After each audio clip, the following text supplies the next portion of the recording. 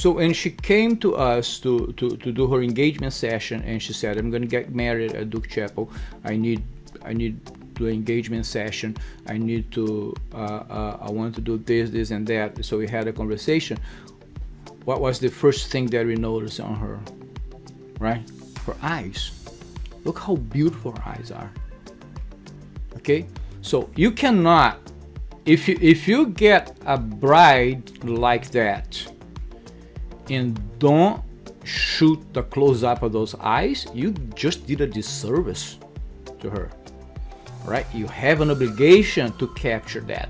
But if you look at the picture itself, all right, let's look at the whole picture. That's exactly, I mean, the answer that people answer, her eyes, that's exactly what it was. So I don't have anything else. I have a little bit of the flowers here to frame her a little bit, so she's not lost in space in there, and I'm focusing right on her eye. I could even split, if I wanted to, I could even split that picture in half and have just like one part of her face with those eyes. Would still be gorgeous. All right? So then you're gonna look at me and say, oh, well, not every bride have beautiful eyes like that. You're right, absolutely right. But when you find one, you better take that picture, because she's gonna look at that picture, she's gonna love it.